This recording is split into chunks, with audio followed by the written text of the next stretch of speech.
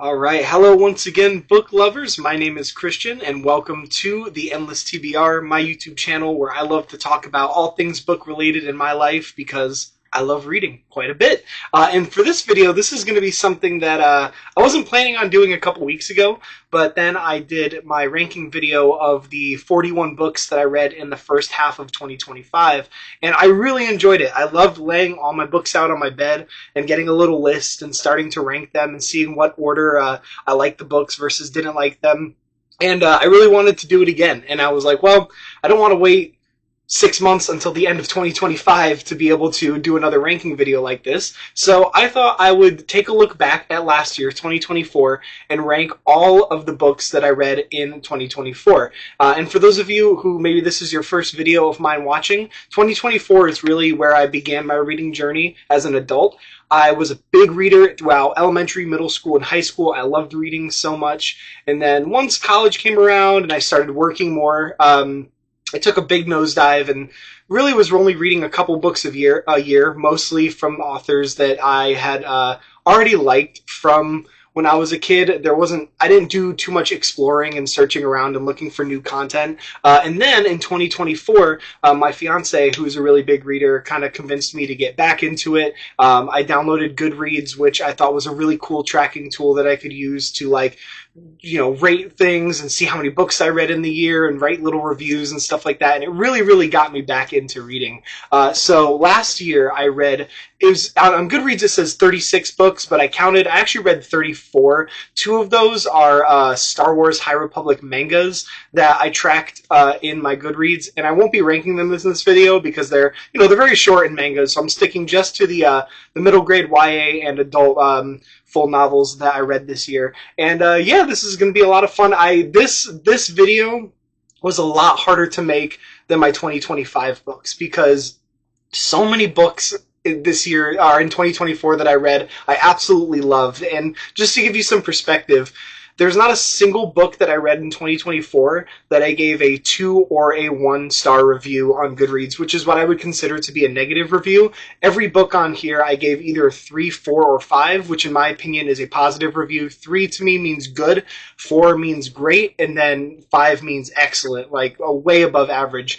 So every single book in here was a 3-star or higher, which made it really difficult to put these in order. So basically what I did was I would just compare books side by side, and this is fully based off of if I would reread one over the other again. Like if I had to pick one of these two books, which one would I want to read again? So this is solely based off of my enjoyment value. In my previous videos I mentioned, and I will mention again, there are probably going to be books lower on this list than other books, with the lower book probably being an objectively better piece of literature. However, this is based solely off of my enjoyment, and like I said, comparing two books side by side, which one would I reread again over the other? So that's a little basis on how this video is going to work. But just like that, let's jump into it. So the last book on the list, and this is one that I had rated 4 stars, but as time's gone on, it's kind of dropped down quite a bit lower, and that is A Court of Thorns and Roses. And I am not a hater of this franchise at all. If you watch my 2025 video, I actually put A Court of Mist and Fury and A Court of Wings and Ruin really high on my list. I love those 2 books, and I think it's reading those 2 books and liking them so much that have put this lower on the list for me. I don't hate this book, but I don't love it. And the more I think about it, the more I dislike it, and I like the other ones in the franchise a lot better. So this one came in last place for me in 2024. Next up, I have 3 books. I'm just going to kind of show them in quick succession because they're all pretty related. They're all going to be Star Wars The High Republic middle grade novels. And there's a lot of High Republic books on here. I read a lot of Star Wars books last year, so just giving you a warning in advance. But in this order, I have Race to Crash Point Tower, and then I have Quest for Planet X, and then my favorite of the 3, which was Quest for the Hidden City. And these 3 books, I don't dislike them at all. You'll notice, and it was the same on my 2025 video, the Star Wars High Republic middle grade novels are all kind of lower towards my list, mostly because they're middle grade novels. I'm adult. I'm not really the target demographic. And my overall thought towards these 3 books is that I appreciate them for what they are. I think they're fully entertaining reads. each of them are very, very short. They're very quick, but they're aimed more at younger audiences. And I think if these books are what get kids into Star Wars, I think that's amazing. But overall, they're simple, quick reads, and I think overall they're very inconsequential in the overall High Republic story arc. So for that reason, I put them towards the bottom of my list. But that was the order that I ranked them in. Next up, we have this book, which is it's called What's Done in Darkness by Laura McHugh. And I picked this up just randomly off the shelf at Books A Million in the discount section, mostly because I thought the title was really cool, and I read it, and I actually not read this book in one sitting, in the car waiting for my fiance to get out of school. It's a pretty small book here. It is a mystery thriller about this girl who's abducted, and she's in this very religious family, and she gets abducted, and terrible things are done to her, and nobody believes her, and then 5 years later, when she's an adult, she gets called back to her town, because there's another abduction that the police think might be related to her abduction, and it's this mystery thriller where she revisits her childhood, and trying to figure out who did it, who did the abduction 5 years ago, who did the current abduction, are they related? And it is a perfectly fine, fun mystery thriller, a short one you can read in one sitting, and I did enjoy it. Like I said, all of these books this year I enjoyed, and I thought were at least good, so a fun little book right there. Next up, we have one of my more disappointing books, just because I feel like more people like it more than I do. I put it pretty low on my list, and that is The Battle of Jedha from the Star Wars High Republic Phase 2. This is one of the, script books. And I don't know, it's okay, it's fun. There's some other reviewers that I watched that put this book a lot higher on their list, and I don't know. I'm a fair warning, I'm not a huge fan of the Star Wars action. Sometimes when there's a lot of action in a book, it kind of loses me, just because I find that sometimes it's really just repetitive, and I really like more character work and world building and stuff like that. And this one's called The Battle of Jedha. It is mostly a big battle, and that's probably why I have it lower on my list, but once again, not bad. And, for a written script, it looks really beefy, but it's actually a very, very quick read. It just, I don't know. I didn't love it. I thought it was good, but I didn't love it. Next up, I'm going to be reaching for books a lot. They're on the floor. They're on my bed all over the place. Next up, I have Beowulf. And this is a new verse translation by Seamus Henley, I think you pronounce his name. Beowulf is a classic piece of literature. I actually read this for school. I had to do a report on it, and so I read the entirety of it. It's an epic poem, quite short because it looks a little bigger, but half of it is written in the old translation, and then the other half is the new translation. But I put it on this list because I did read it. It is a full book, and I enjoyed it quite a bit. It is a older tale, so a lot of older style language, but it was very cool reading, what is known as one of the oldest known epic poem, I think ever, as far as if I can remember correctly. But Beowulf, very cool story. I had seen the movie, but I had never read this, so I enjoyed reading it a lot. So, like I said, objectively, that is a way more important book than probably every other book on this list, when it comes to history of writing and all of that. But once again, this is just purely off of my enjoyment, and I did enjoy it, but there's a lot of other books that I enjoy more of a sci-fi guy. So next up, we have The Machine Crusade by Kevin J. Anderson and Brian Herbert. This is book 2 in the Legends of Dune trilogy. I've gone in-depth on my thoughts on this trilogy in the 2025 video, which had the Battle of Corrin on it, the third book in this trilogy. Overall, once again, I found this trilogy to be very overinflated. A lot of different plot points that did not tie together quickly enough. I loved the first book, probably because it was fresh, but by the time I got through The Machine Crusade, I was like, okay, this is starting to drag on a lot, and then by the time I got to the third book, I was like, yeah, I'm ready for this to be over. So, The Machine Crusade, not a bad time, but I wouldn't say a great time either.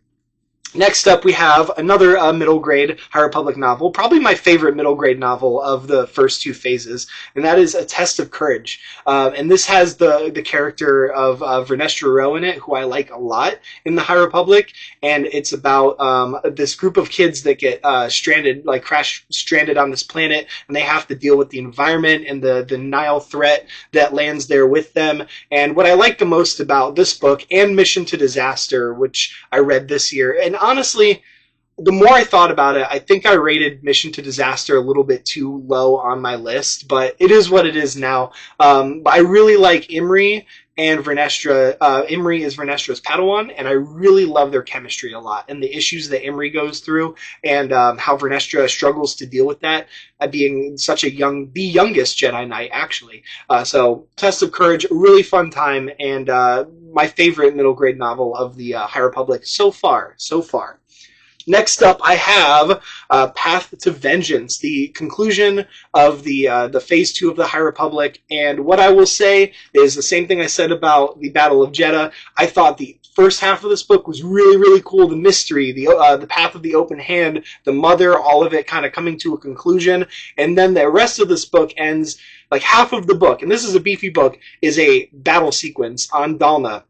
And I can handle, smaller battles. I like them nice and concise. Like half of this book is a battle sequence, and it's just going back and forth between all these characters, being like, I don't think we can do this. I don't think we can handle this. Here's reinforcements. The reinforcements come in. The reinforcements are like, I don't know if we can win this. I don't know if, something else. And it's not for me. It's not for me. I don't know. Maybe people find the battle sequence in this thrilling. If you do, that's awesome. But I don't know. But the first half of the book, and I would say the very conclusion of this book, I thought were excellent. But the battle sequence it just took me out. It just took me out.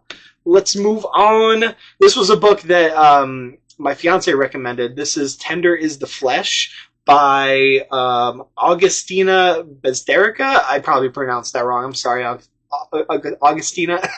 But this is like a body horror novel about pretty much a dystopian future where humans are eaten because all other meat has become like toxic. And what I'll say is I was very entertained by this book. I was pretty grossed out by it, and if you're someone that gets grossed out easily by the idea of body horror, you're probably not going to like this at all. I didn't love it. I didn't hate it, but I found it to be a very enjoyable short read that gave me a couple ooh, that's disgusting moments, and I'd recommend it to people that do like that kind of thing. Very unique book, very unique, I will say. Next up, we have this book, Fairy Tale by Stephen King. I love Stephen King. You're going to see a lot more Stephen King on this list. I have mixed feelings about this book. So this is Stephen King's foray into fantasy. Half of this book I love, half of this book I don't love. And weirdly enough, the part of this book that I love the most is the characters when they're not in the fairy tale world. It's kind of split between our world and the fairy tale world. And I love the relationship between the boy and the older man that he has to care for. And that's really the first third of this book is in our world, and it's about this relationship between this boy, this older man, and his dog. And that part of this book, I love so much. And then they get into the fairy tale world, which is cool, and there are interesting and cool things happening, but I found the climax in the fairy tale world to just drag on a bit too long, and I got a bit bored by the end. And then there's a very emotional ending to this book that I liked a lot. But as far as Stephen King goes, I love the man. This is going to be this ends up lower on the list of Stephen King that I've read, but not a bad time. If you love Stephen King, you should just read it and find out for yourself. But yeah, this is going to be the lowest ranked Stephen King book that I read in 2024. Next up, we have a very short story, a very short novella, I guess you'd describe it as, also by Stephen King, 1922. This is a good time. It's about, I won't spoil it, a dad and his son living in a farmland, and stuff goes down, a lot of stuff, including the mom in the family. I won't say anything else, but it's I'd say a classic Stephen King novella, very disturbing stuff, lots of fun. It's a short read, which I think is why I put it a little above Fairy Tale, is just because it's a very short time commitment. You can read this in a couple hours, but good old classic Stephen King storytelling. I won't put it any higher, though, because it is so short. There's not a whole lot of character in here, but a good time. 1922. All right, next up. This is probably, for some people, this is probably very controversial where this is going to end up. But next up, I have Children of Dune by Frank Herbert.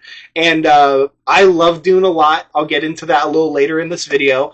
Children of Dune is so far my least favorite of the Frank Herbert books. I have not read Chapter House, and I have not read Heretics of Dune. So just to give you a reference on that, I've only read the first 4. But this one ends up last on my Frank Herbert list, mostly because I spent a lot of time in this book confused. The things that I liked, I really liked, like Leto. I love Leto. Leto, too, is a great character. I like his relationship with his sister a lot. I like what's happening to... Oh boy, I'm drawing a blank on her name. Aaliyah, Paul's sister. I like what's happening to her a lot, even though it's really weird. I enjoy it and the the struggle that she's going through. But it's just a lot of weird stuff. And there was a lot of times where I had to pause and be like, I need to reread this section because I don't know what I just read. A lot of crazy terminology and weird things happening, and it was the most difficult to follow for me. I had to refer to like Wikipedia or a summary to kind of be like, all right, I just need a little catch up to figure out what I read.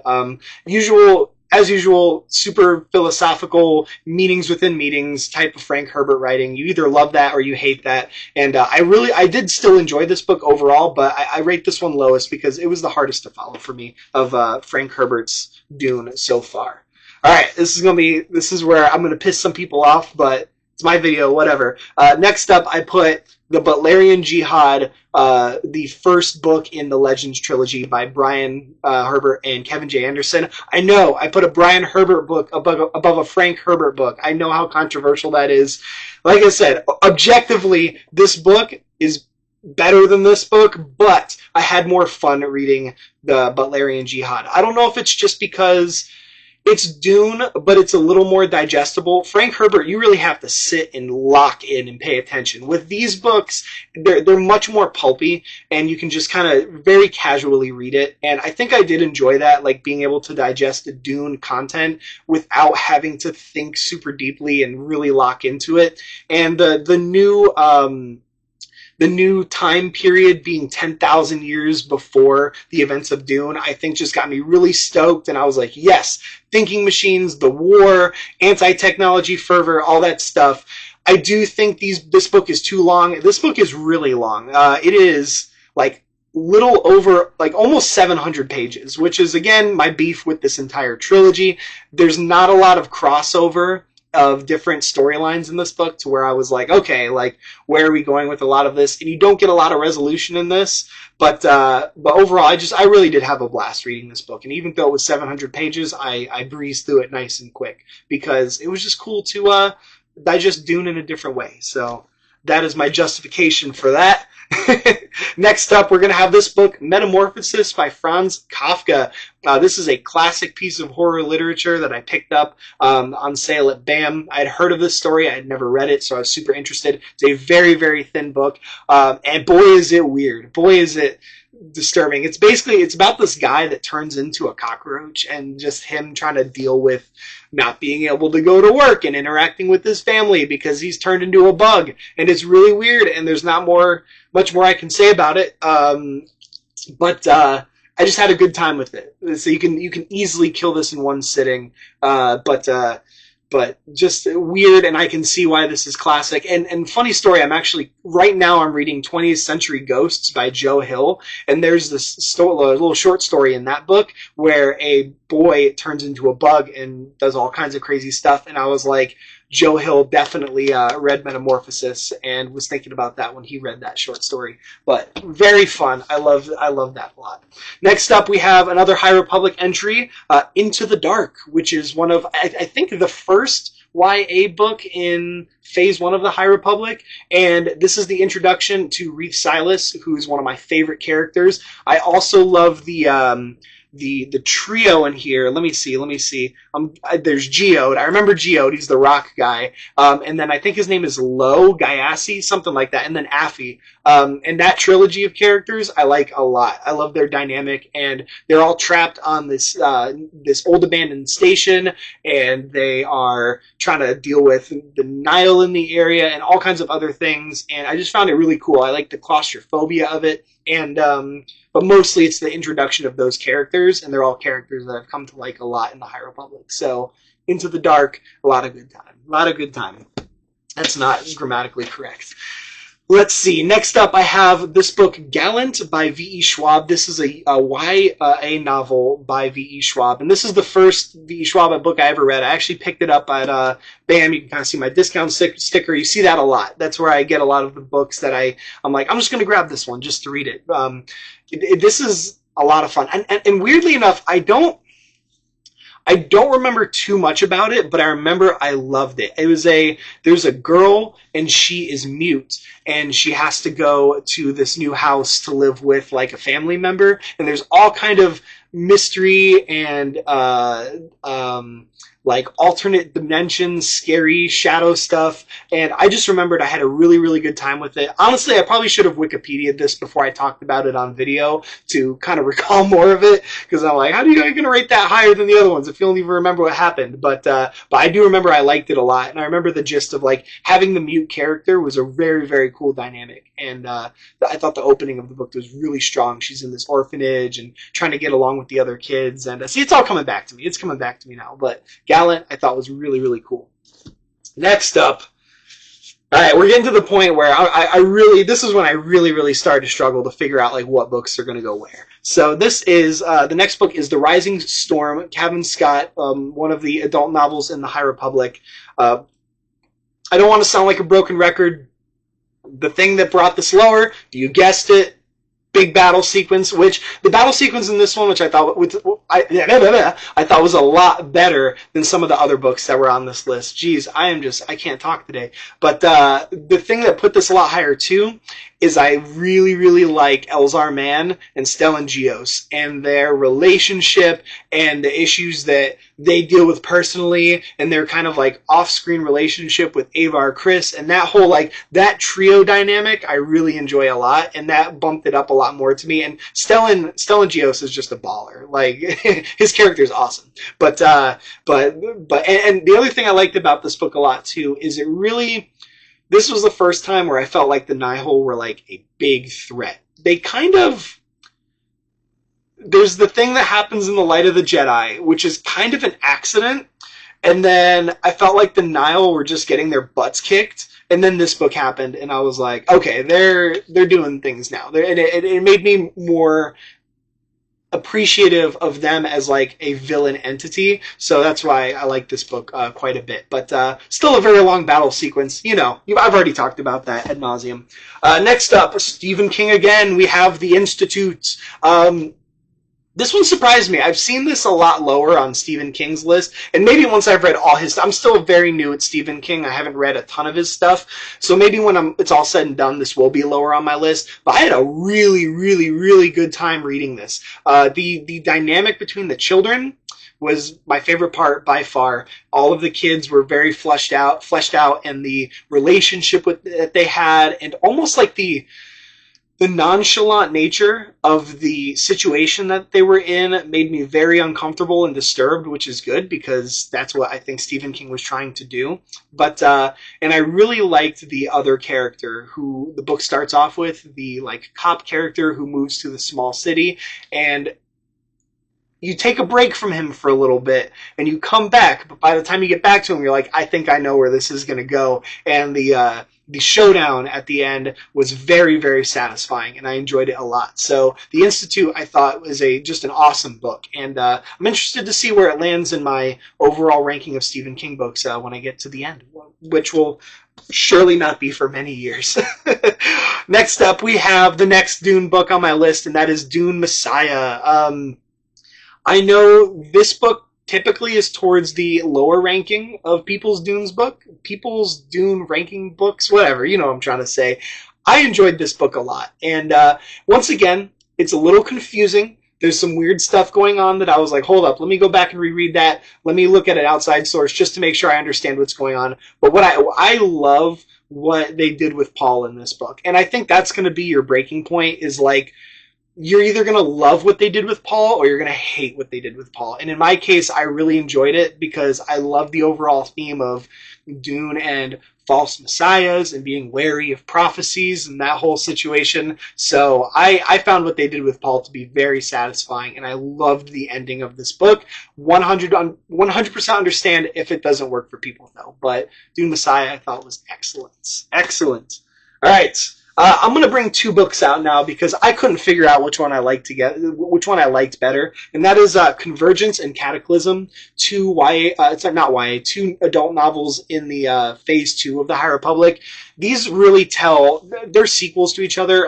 Convergence comes first and then Cataclysm, and really they're the same story, and I loved this story. The whole conflict between, if I say these wrong, I'm sorry, Irium and Irino, the two planets that are warring with each other. You have like the desert planet and the water planet that have a huge history of feuds, and the story of their two rulers coming together to try to create peace for their planets. And I love Axel Greylark as a character. He is just so morally gray, and I love characters like that. That's him right there. That's my boy. But I couldn't decide which one I liked better, so I was like, I'm just going to hold them both up at the same time.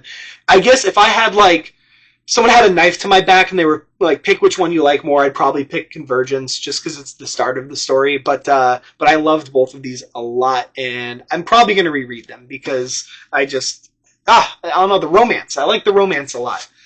I hate to do this back to back, but I'm going to. I'm going to hold up another two books that I had a really hard time deciding which one I liked more, so I'm just going to put them together. And that is Thunderhead and The Toll, which are books 2 and 3 in the Arc of the Scythe trilogy by Neil Shusterman. Oh, I love this franchise. This trilogy is so good. Like, I don't even know what to say. Just, if you haven't read the Arc of the Scythe, I highly recommend it. If you're not a big fan of YA, I say take the dive, because my fiance is not a fan of YA, and I convinced her to read this trilogy, and she killed this trilogy in like a weekend. She couldn't put it down. So I'd say definitely check it out. This, I think, a very strong middle book and conclusion. I was never bored throughout any of it. I love all of the different characters that they introduced, and I thought the ending of the trilogy was super satisfying, how the whole thing concluded. Once again, someone has a knife to my back, I would say I liked the Thunderhead more than the Toll, probably just because the Toll has a lot to do and it feels a little bogged down at time. And I really liked, as the name suggests, we really get to know more about the Thunderhead in this book, Thunderhead. And in this trilogy, the Thunderhead is probably my favorite character. I don't know if you can call the Thunderhead a character, but it's my favorite character, so I'd say Thunderhead is higher than the Toll, but once again, I was like, I can't decide. I'm just going to hold them both up at the same time and talk about them. All right, next up, we have another, and let me see, hold on, 1, 2, 3, 4, 5, 6, 7, 8, 9. So this is technically book 9. So we're in the top 10. Thunderhead would be 10. This would be book number 9. That is Path of Deceit, the first YA book in the High Republic Phase 2.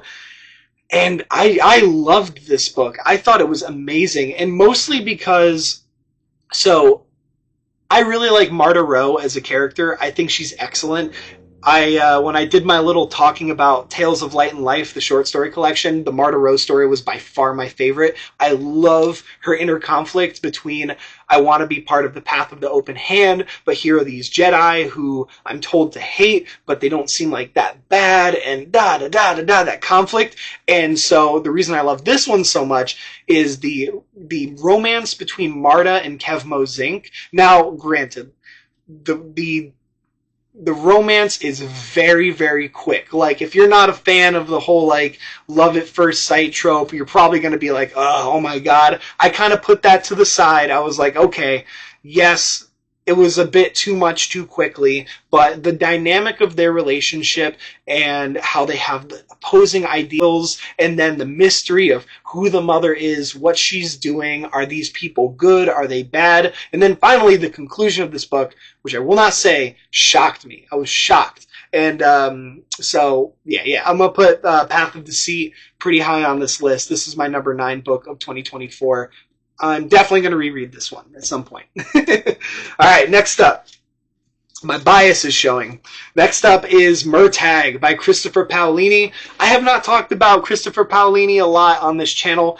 He and his Inheritance Cycle books are 100% by far my favorite books from when I was a young reader. Now I'm kind of going back through a lot of the books I read as a kid, trying to reanalyze them. The Inheritance Cycle is definitely on my list for books I want to revisit and be like, they're actually right there behind me. There they are, right there. So they're on my list to go back and reread them. I want to see if I love them as much now as an adult. But as if you had asked 18, like 15 to 20-year-old me, what's your favorite books of all time? All 4 of those books are going to be on there. So when Murtagh came out, I absolutely had to pick it up and reread it. And bittersweet feelings. Very pleased with a lot of this book and a little disappointed with a good portion of this book too. I'm actually of the mindset, there's some folks I've seen that don't really like the beginning of this book and they like the end. I'm flip-flopped on that. I really liked this when this was just kind of like a buddy story between Murtagh and Thorn going around and going on adventures and doing side quests, basically. I really liked it. I was like, I just wanted to learn, in a book called Murtagh, I just wanted to learn more about Murtagh, and I felt like I did. Then, at the halfway point of this book, there's a new location and a lot of lore happening and clearly set up for what's coming next. And I enjoyed it, but it felt a little slow and a little bogged down to me. Still enjoyed overall the book and the story, but I'm a first half Murtagh appreciator and a second half wish it had been a little less. But overall, I'm already lost. I think 1, 2, 3, 4, 5, 6, 7, 8. Number 8 is Murtagh. Like I said, biased. I love Christopher Paolini and the Inheritance Cycle, but yes. Next up, a book I never thought I would read, but my fiance convinced me to, and I absolutely adored it because I read Gallant by V.E. Schwab, so she was like, you should read this book, and that's The Invisible Life of Addie LaRue. And reading the inside of the book, I was like, I'm going to do this for my fiance so we could talk about it because I love her, but I'm probably not going to love this book. I was wrong. Really, really wrong. This book is great, and it's the story of a girl who she can live forever and do whatever she wants, but she can never be remembered by the people that she interacts with after they look away. So, if I'm looking at her, I'm going to be like, hey, nice to meet you, da-da-da. I'm going to look away. I look back. I see her again. I'm like, hey, nice to meet you. Who are you? She can't be remembered. She can't write anything down. It was like the world can't remember her, but she wanted time to do more things in her life, and she made a deal with the devil to be able to be immortal. And this is a romance book for the most part, and it's like a fantasy romance book, and I thought it was thrilling and it was heartbreaking, and the relationship between the two characters that are in the romance in this book was very strong, and this was my surprise hit of 2024, because if you asked me before I read it if I like it, I'd say meh, probably not, but I ended up loving it, and that was number 7. Yes, number 7 on my list for last year. Next up, another book that my fiance wanted me to read. She has good taste, and so I did, and that is The Will of the Many by James Islington. I've never read anything else by him, although I heard he has another trilogy that is also pretty good, so I'll eventually check it out. This book is really cool, and if you're into I can't remember if it's Roman or Greek. So silly of me. I think Roman, but kind of like Roman mythology in a fantasy setting. If that sounds cool to you, then you would probably enjoy this book as well. And what I will say is the magic system and the world building of this book is some of the best I've ever read. The whole societal hierarchy of how basically people lower on the hierarchy have to donate part of their willpower to people higher up and higher up and higher up, and they get stronger and stronger and stronger as you go up the chain, and those people kind of rule society. And that whole thing and how the machinery works and all of that, I think, is some of the coolest world building I've ever read. The main character himself is where this book is, it holds back a little bit for me. I gotta remember his name really quick. Viz Telemus, yes. I'm not going to say Mary Sue, but to me, things go a little bit too easy for him. He definitely encounters struggles throughout the novel, but in my opinion, he's a little too successful. And there are certain times in this book where I'm like, I feel, he's 17, I think, if I remember correctly. I think he's 17. And boy, is he the smartest, strongest 17-year-old ever. That's what I'll say, but it really is a great book. I'm waiting I'm very ready for the second book in the franchise. It can't come soon enough. I'm absolutely going to read it because just the world and the characters and the relationships are really good as well. So it's kind of like, it's like Roman fantasy Harry Potter sort of. And it's in a school setting. So if that sounds cool to you, definitely check it out. All right, next up. A book that I did not think was going to be, it's my top 5 now. Did not think this was going to be in my top 5 when I started this ranking, but it slowly got higher and higher. And that is this book, Fractal Noise by Christopher Paolini. This is the book 0 in the Fractalverse that started with his book, To Sleep in a Sea of Stars. It's kind of his expedition into fantasy. I read this book in one sitting, and it's not a huge book, but it's nothing to scoff at. Let's see, it's like 230 or so pages, 250. This is, for those of you that have read To Sleep in a Sea of Stars, there's a reference to a thing, I believe it was called the Beacon, and it was kind of like humanity's first interaction with something completely alien, and this is the story of that. And it's this group of scientists that are tasked to investigate this thing that is alien, and I won't say anything else about it, but I found it to be thrilling. The character dynamics between all of the characters, some of the characters were a little annoying, but done on purpose, but I was still like rolling my eyes at some point. But the mission that they go on, how it progresses, and the feeling of like doom and dread that I felt throughout this book was very palpable, and I could not put this book down. Read it in one sitting, and I really, really enjoyed it. A lot more than I thought I would, and I think a lot more than most other people, because I don't think this book is rated too highly, but I don't know, something about it just really, really got me. All right, next up we have the final Star Wars book for this video. This is Light of the Jedi, Book 1 of Phase 1 of the High Republic. This book, I don't think the High Republic would have been as successful as it's been if this book hadn't been just an absolute banger. What a strong setup for this new era. Is like the opening sequence was just, it set a tone of intensity and dread, but then it also showed how awesome and badass the Jedi of this era were and how they can come together to solve issues.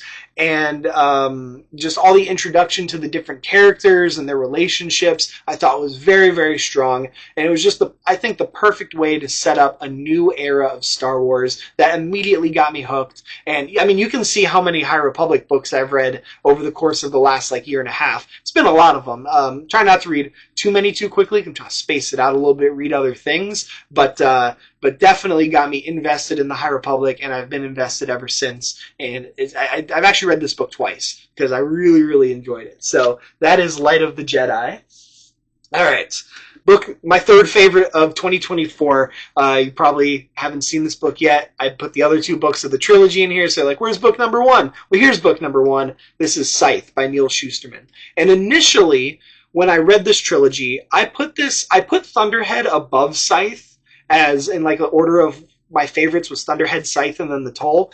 But as I've thought about it more and more, I have to put this book higher up than Thunderhead, because how Shusterman introduces this world and the rules of this world and the Scythe and the Thunderhead is just, it's fascinating. And it had me question so many things about morality and mortality and, what is right and wrong. It is this world, the technology that keeps people alive forever. So there's this group of people called Scythes to have to go around and kill people and decide who to kill. It made me think, is that even a good world to live in?